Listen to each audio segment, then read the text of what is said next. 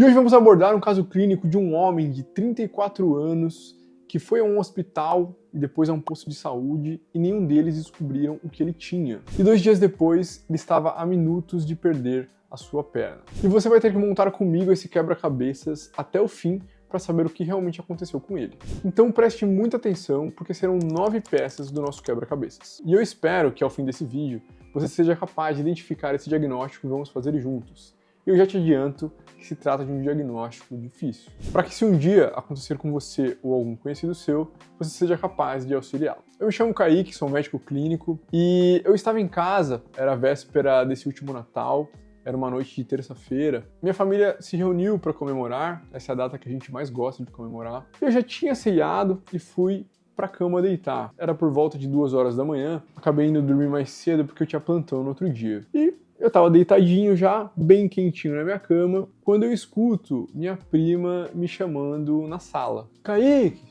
Kaique! E daí eu pensei, puxa, o Kaique já dormiu, né? E daí ela foi um pouquinho mais incisiva e chamou de novo. Kaique! Ô Kaique! E aí, rapaz, eu pensei, puxa, será que alguém da família passou mal? Alguma tia, minha mãe, sei lá? E aí eu levantei. E aí ela falou assim, pô, Kaique, desculpa te incomodar, mas é que tem um amigo nosso que tá com uma dor na perna e ele mandou um vídeo pra mim.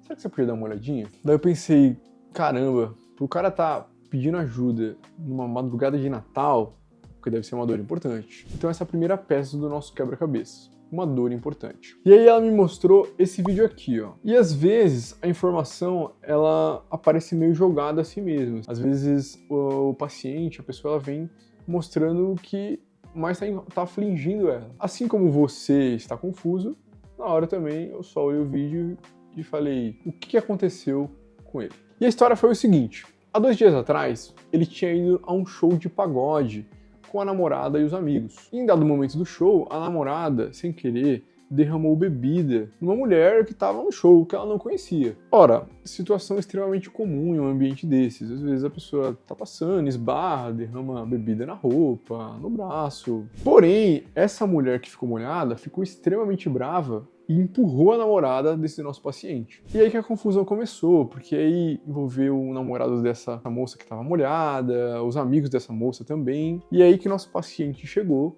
e também participou aí dessa confusão, dessa briga. E aí ocorreu um confronto entre os rapazes que estavam lá. E um detalhe importante, o nosso paciente, ele é professor de Muay Thai. Bahia Box, o apelido dele. Quando a gente fala de defesa pessoal, se uma pessoa se encontra ameaçada, né, no caso a namorada dele é ameaçada, com certeza ele vai usar esse conhecimento, essa técnica, para poder se defender. Isso também serviria se fosse para jiu-jitsu, para boxe. É uma situação complicada, mas compreensível. E aí, beleza, rolou um confronto, e aí ele estava saindo do show, e na saída desse show, o cara que apanhou veio com alguns amigos atrás dele para poder se vingar.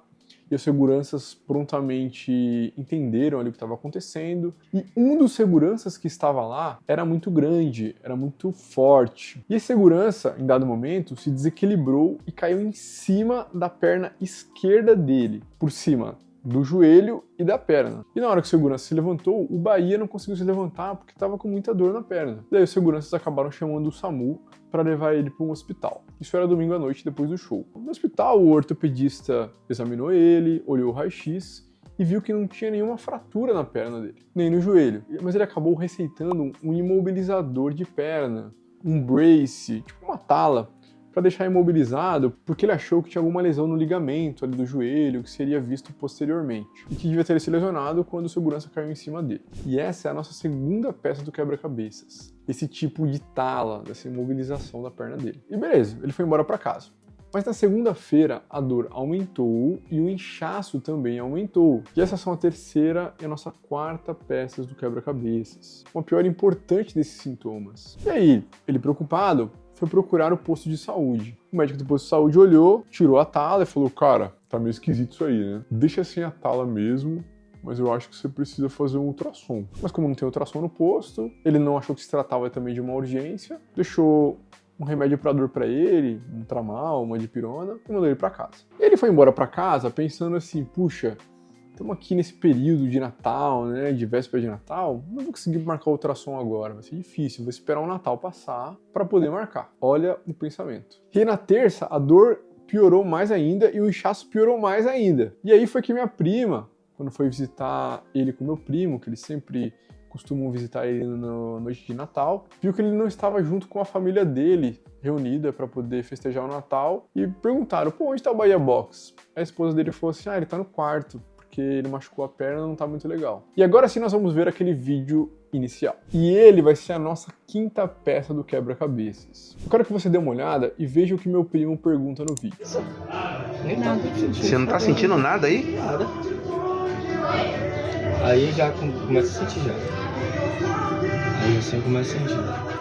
Dormência, falta de sensibilidade, a gente chama de parestesia. Importante. Essa é a nossa sexta peça do quebra-cabeça. Ele não sente os dedos. É difícil avaliar aqui nesse vídeo, mas a gente percebe que essa perna também está um pouco inchada, né? Para poder saber realmente se uma perna está inchada de fato, a gente sempre tem que olhar para a outra perna, para poder comparar as duas. A gente não tem parâmetro para poder comparar para ver se realmente tem uma diferença de tamanho. Mas nesse vídeo parece um pouco inchada e eles tinham me contado que estava muito mais inchada do que a outra perna também. O joelho um pouco inchado, você vê que tem um hematoma na parte da coxa e atrás do joelho também. Isso mostra que foi um impacto forte, né? Que a gente chama de trauma. Então, alguns elementos muito importantes nesse vídeo. Os dedos dele também estavam um pouco pálidos. No vídeo é difícil de perceber um pouco, mas eles também tinham comentado. E essa palidez, né, na pele é a nossa sétima peça do quebra-cabeças. Então, senhoras e senhores, com essas 7 peças a gente já consegue montar a nossa hipótese diagnóstica principal. Teve um trauma, uma batida importante, uma dor intensa no membro que piorou, um inchaço na perna, uma perna imobilizada com essa tala, né, com esse imobilizador, dormência nos dedos, ele não sentia, e palidez ou rouxidão do membro, o que nos leva a uma síndrome compartimental, que é uma condição muito séria quando ocorre a pressão de dentro de um compartimento muscular que é fechado. Essa pressão aumenta de forma perigosa, comprometendo o fluxo sanguíneo ali na região, os nervos e os tecidos. E essa pressão tem que ser aliviada o mais rápido possível, senão o tecido que está naquela volta morre. E essa é a nossa 8ª peça do quebra-cabeças, a síndrome compartimental. Mas calma lá, que ainda falta uma peça para a gente fechar. E você vai se surpreender. E daí eu falei assim para minha prima, puxa, Fabiana, pela história, pelo vídeo, pelos sintomas dele, eu penso em síndrome compartimental. Eu não sei se é realmente, de fato, porque eu não avaliei ele pessoalmente, mas ele tem que ir pro hospital agora. Aí meu primo falou assim, bah, mas tem que ser hoje mesmo, mano, porque é Natal, né, cara? Dá pra ir amanhã de manhã? E daí eu falei assim, se não for uma síndrome compartimental, ele vai ir pro hospital agora, vai ser meio ruim, mas ele vai voltar pra casa e tá tudo certo. Mas se for e ele não for ao hospital agora, ele perde a perna dele. E como eu sabia que se tratava de um caso mais delicado, porque ele já tinha batido em 2 médicos e ninguém sabia direito o que ele tinha, eu indiquei eles procurarem o Hospital Santa Casa, porque é um hospital escola. Eu falo muito sobre isso aqui no canal, sobre você, dependendo do que você tiver, optar por procurar um serviço, um hospital, que seja hospital escola. Porque esses hospitais, eles estudam o caso dos pacientes que eles atendem, eles discutem, eles investigam, eles conseguem fazer diagnósticos mais difíceis. Então, quando você tiver com um problema que, puxa, que ninguém resolve, que tá piorando, às vezes você vai para um lugar e te liberam e não melhora, e tá se tornando algo preocupante, procure um serviço que tenha ou residência médica ou que seja um hospital universitário. E ele foi para lá e fizeram o diagnóstico inicial de síndrome compartimental. E nesses casos, se faz um procedimento que a gente chama de fasciotomia, que é quando você abre a fáscia muscular com bisturi, então você literalmente corta a fáscia do músculo para liberar aquela pressão intramuscular. E eles realmente fizeram isso. Porém, o buraco era mais embaixo. E aí foi que as coisas começaram a piorar, porque ele não teve uma resposta à fasciotomia. Se espera logo que é feito o procedimento, que ele já tenha um alívio rápido, que melhore já a perfusão daquele membro, que as coisas já comecem a ter alguma resposta. E não teve, e aí pediram um ultrassom na emergência. E é nesse momento que o caso dá uma virada. Mas se você ainda não é inscrito no canal, vou te pedir que se inscreva no canal, já deixa aquele like, isso me ajuda muito a saber se vocês estão gostando desse tipo de vídeo, se eu faço mais desse tipo de vídeo ou se eu mudo o estilo. Vou te pedir que já faça isso, assine o sininho da notificação para não perder nenhum caso clínico. E aí no ultrassom eles viram que a artéria poplítea, a artéria que passa atrás do joelho, estava rompida. E essa é a nossa nona e última peça do quebra-cabeças. O rompimento de um grande vaso arterial. E aqui a gente começa a entender o tamanho do problema. Quando a artéria é rompida, diferentemente de uma veia, ocorre o extravasamento de muito sangue, porque a artéria ela tem uma camada muscular chamada túnica média. Essa camada ela ajuda a levar sangue para o restante do corpo, contraindo. Então, quando ela é lesionada, puxa, sai muito sangue, porque ela é muito forte. E os tecidos que dependem dela, os músculos, os nervos, os tendões, param de receber aporte sanguíneo. Logo, eles começam a entrar em processo de morte. E geralmente a cirurgia vascular, ela faz a cirurgia para reparar, né, esse dano até 6 horas depois do trauma, dessa lesão, desse grande vaso. E o Bahia Box estava há 48 horas com essa lesão. Puxa!